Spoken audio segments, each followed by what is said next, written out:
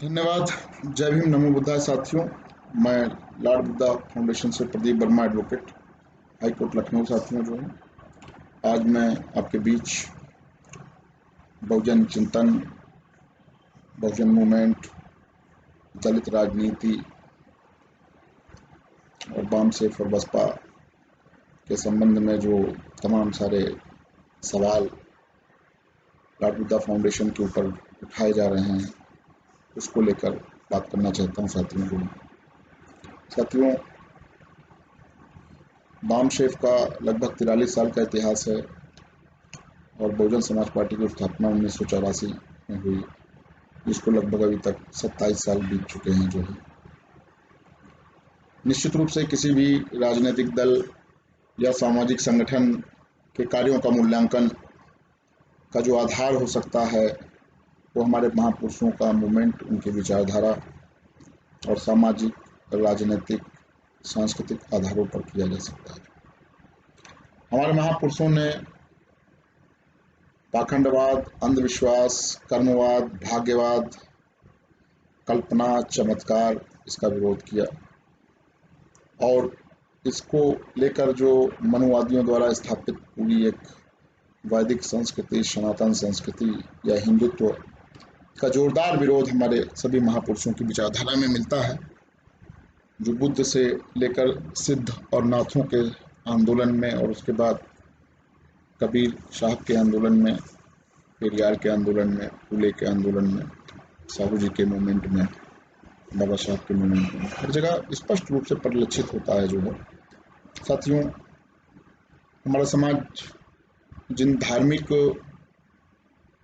वर्जनाओं से पीड़ित है, जिनका बाबा साहब ने विरोध किया, जिस बात को लेकर 1956 में 11 लाख लोगों के साथ बौद्ध धर्म की दीक्षा ली, और जब इतिहासकार विश्व का और देश का इतिहास ईमानदारी से लिखेंगे तो ये बात भी लिखी जाएगी कि बाबा साहब का धम्म दीक्षा आंदोलन भी विश्व की सबसे बड़ी धार्मिक क्रांति थी। एक साथ इतने सारे लोगों ने, विश्व में कहीं भी उदाहरण नहीं है कि धर्म को परिवर्तित किया हो, जो है एक धर्म से दूसरे धर्म को शिफ्ट किया हो, और बाबा साहब ने ये करके दिखाया और पुनर्जीवित किया बुद्ध धर्म को, जो यहीं का धर्म था और यहाँ से विलुप्त हो चुका था। जो साथियों, और उसका मकसद था समतामूलक समाज की स्थापना करना, जाति विहीन समाज की स्थापना करना।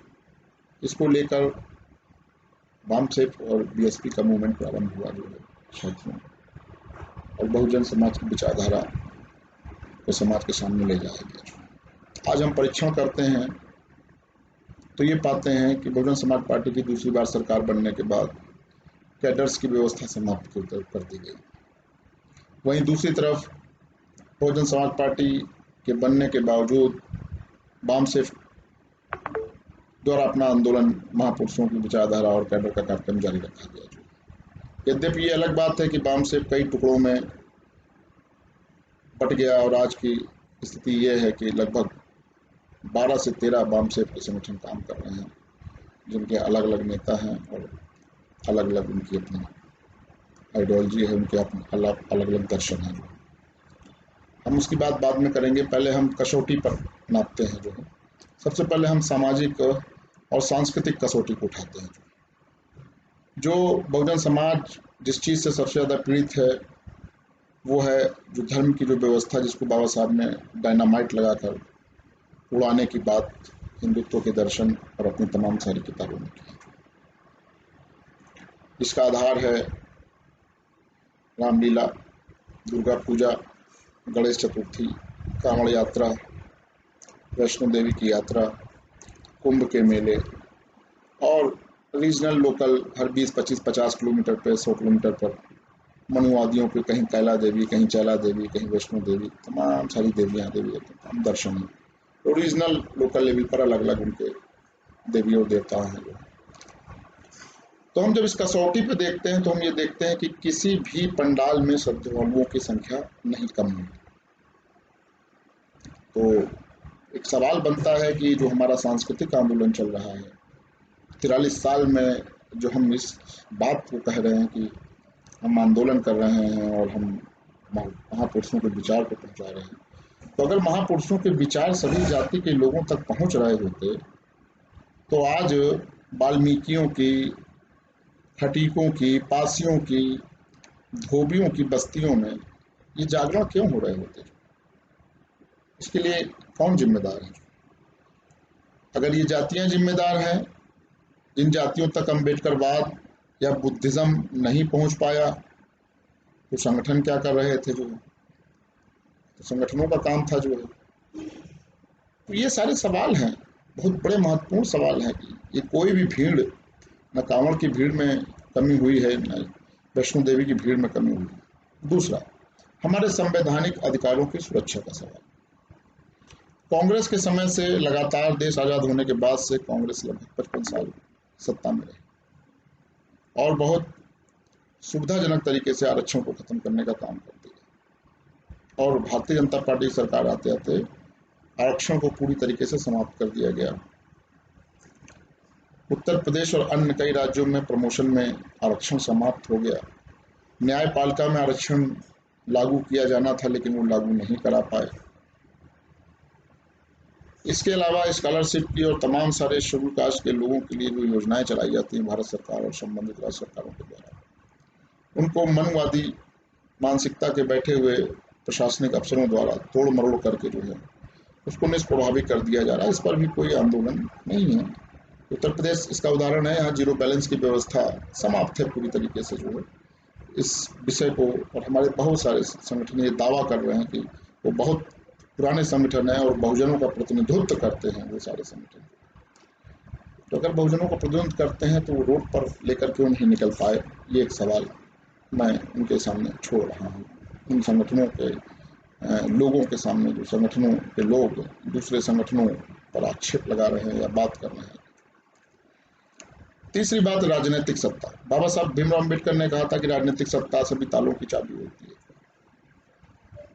बहुजन समाज पार्टी को राजनीतिक क्षेत्र में कांशीराम जी के नेतृत्व में बहुत सफलता मिली, इस बात से इनकार नहीं किया जा सकता। और कांग्रेस जैसी पार्टी को माननीय कांशीराम जी ने जमीन में के अंदर गाड़ दिया और यूपी बिहार में वो आज तक उससे उबर नहीं पाई।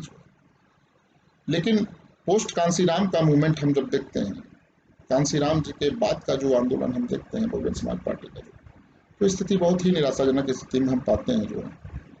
और 2007 की सरकार के अलावा बीएसपी कभी पावर में नहीं आ पाई, और 2007 की सरकार हाथी नहीं गणेश से ब्रह्मा विष्णु महेश है, और वो सर्वजन के नाम पर चुनाव लड़ा गया था सर्वजन, और आगे क्या हासिल हुआ उसको बताने की आवश्यकता नहीं है।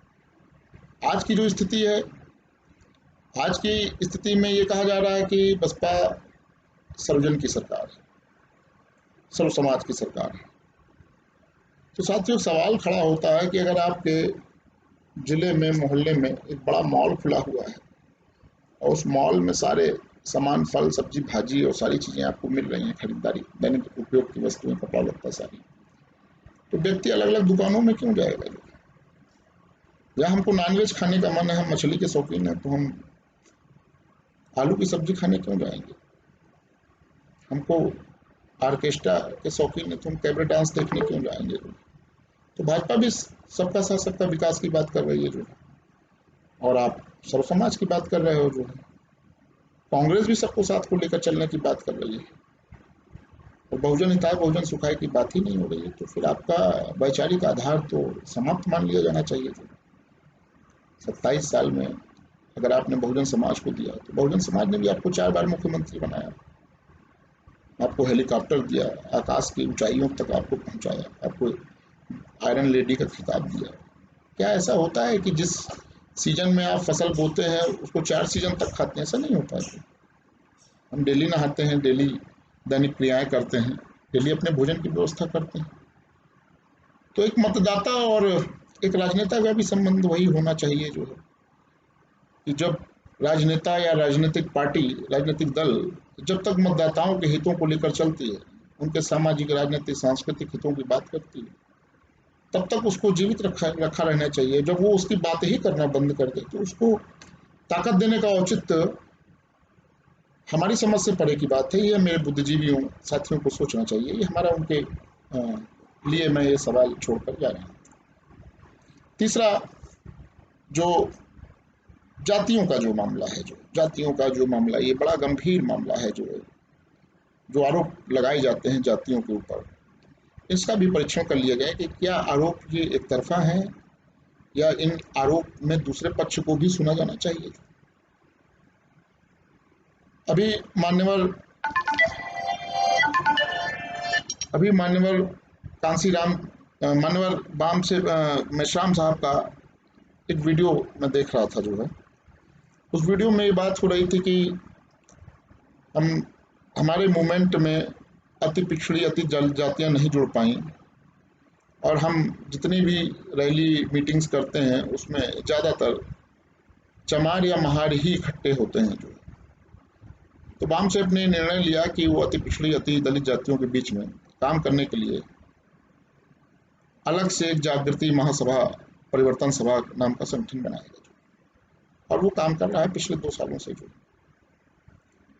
और बीएसपी में मानवर कांसीराम जी के ही समय से जो है जातियों के महापुरुष बनाकर अलग अलग जातियों को, धोबी समाज को गाड़ गए, कबीर कोरी समाज को झलकारी बाई, पासी समाज को उदा देवी लखन पासी आदि महापुरुषों की जातिगत सभाएं की गई और जातिगत आंदोलन चले गए। लेकिन जब सत्ता आई तो उसमें भागीदारी नहीं मिली।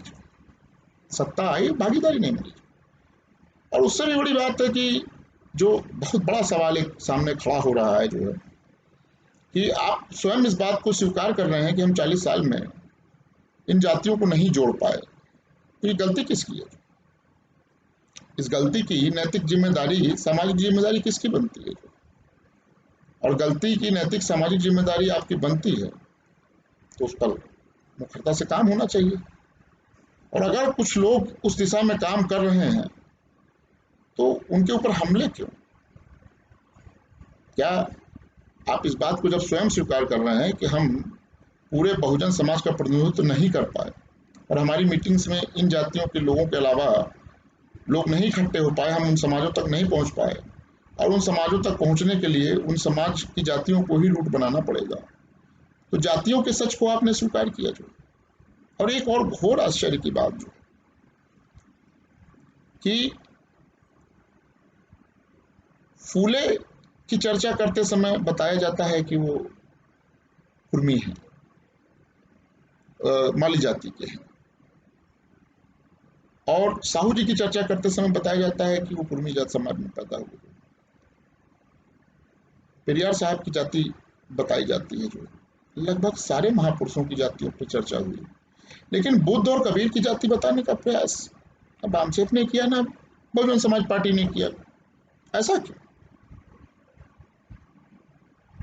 बामसेफ के लोगों से एक सवाल और है।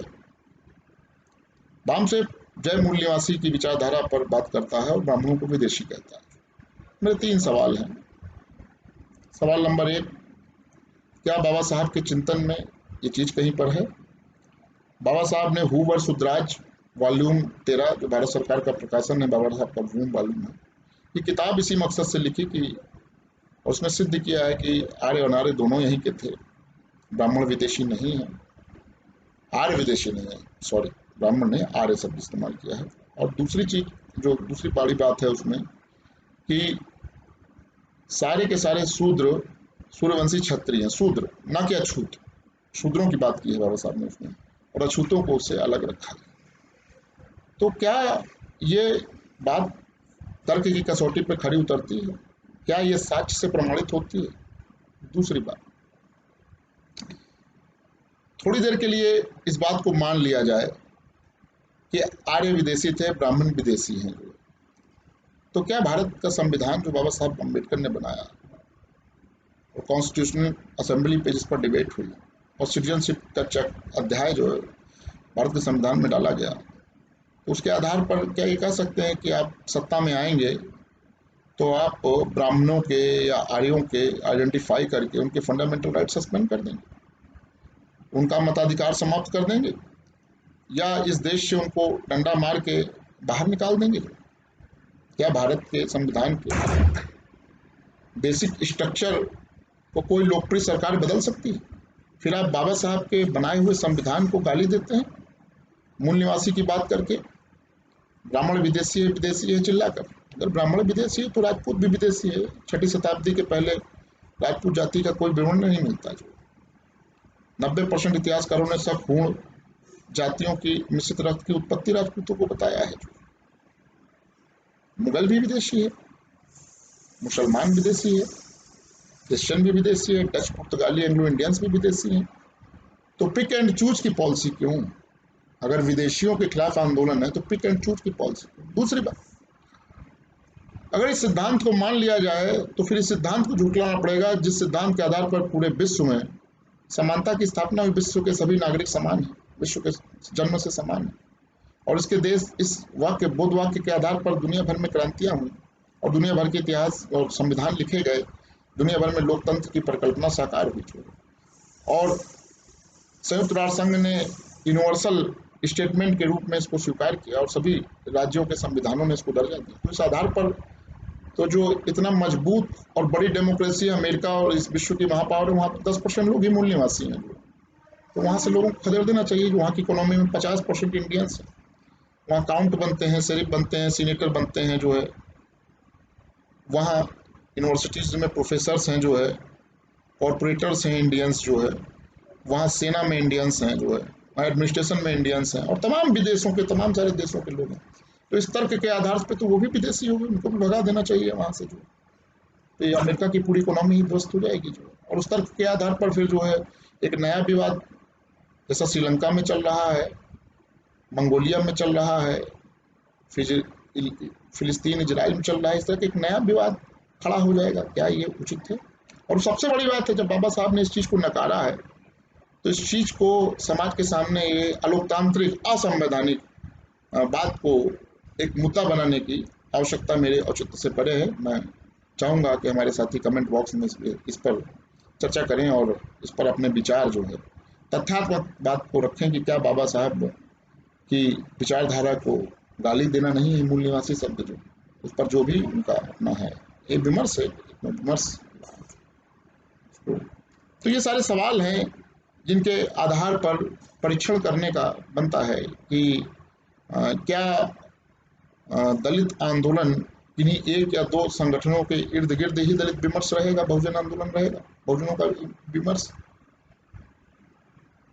अगर यह विमर्श पूरा नहीं हो पा रहा है तो क्या हमको नई रोशनी की तरफ नहीं जाना चाहिए, नए विचारों की तरफ नहीं जाना चाहिए?